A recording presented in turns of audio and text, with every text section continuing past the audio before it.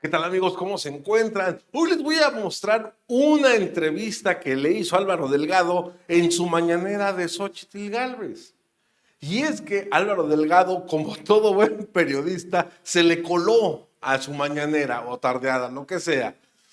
Este periodista toma la palabra y encara a Xóchitl Gálvez y le pone un ejemplo y le dice: ¿usted sabe el significado de vendepatrias? Porque últimamente en México está muy de moda ese sobrenombre, más en los políticos del PRI y del PAN.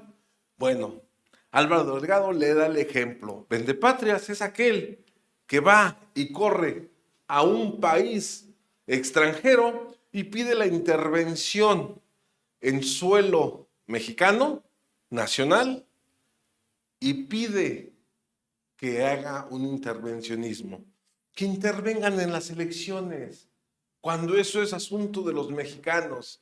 Pero vamos a ver lo que le contestó Xóchitl Gálvez, que por cierto, Xóchitl Gálvez todo le copió a mi presidente. El día de hoy pone a su botarguita al lado de ella. Si el presidente tiene los amblitos, que por cierto, los amblitos son del pueblo mexicano, y la botarguita, pues son los del PAN. Vamos a ver lo que dijo Xóchitl Gálvez. ¿Por qué en un afán muy esclarecedor de su campaña y de su equipo, con toda claridad, muestran el documento del arrendamiento? Si no hay nada que ocultar. Lo traemos eso ahorita. es un asunto de salud pública. Está bien. Es un asunto sencillamente de que se aclaren las cosas. La mentira se contrarresta con la verdad. Claro. Yo le pregunto lo siguiente, después de visitar España y el Vaticano, sobre todo España y sobre todo los 6 días que estuvo en Estados Unidos. Se les llama vendepatrias a todos aquellos mexicanos que van al extranjero a solicitar a gobiernos y a organismos extranjeros que intervengan en asuntos que solo le competen a los mexicanos. No es de ahora, pues es desde el siglo pasado, antepasado, particularmente cuando fueron los conservadores a traer a Maximiliano. No es una dedicatoria para usted. Yo le pregunto a usted si le parece patriótico ir al Departamento de Estado de Estados Unidos, ir a la OEA a que interfiera en asuntos de los mexicanos. A ver, me da mucha risa la comparación con Maximiliano.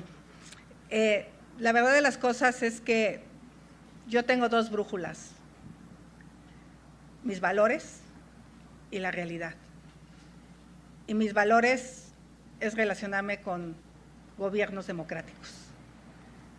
A mí no me vas a ver invitar al ejército venezolano a México, ni al ejército ruso después de haber invadido Ucrania, porque él invadió, ni al dictador cubano que violenta los derechos humanos de las personas que viven en Cuba. Yo soy una mujer que cree en la democracia. Mi visita a Estados Unidos atiende una realidad.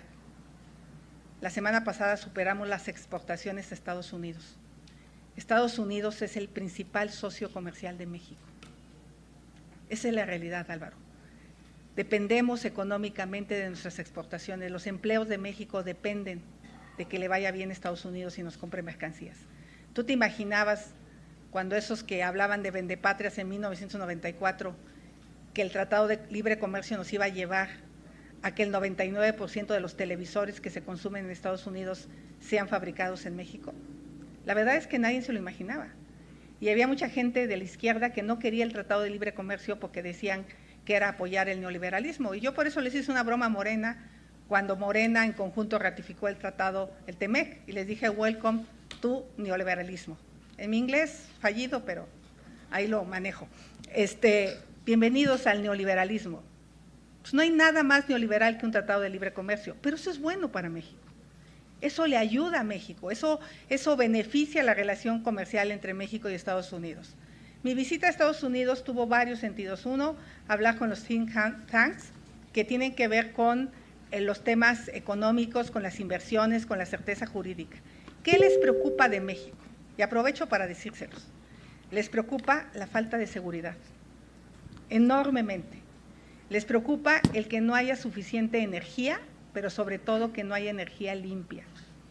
Les preocupa la infraestructura, que el puerto de Manzanillo está súper saturado, que la México-Querétaro ya es una odisea poder transitar un tráiler sin que asalten o maten a su chofer.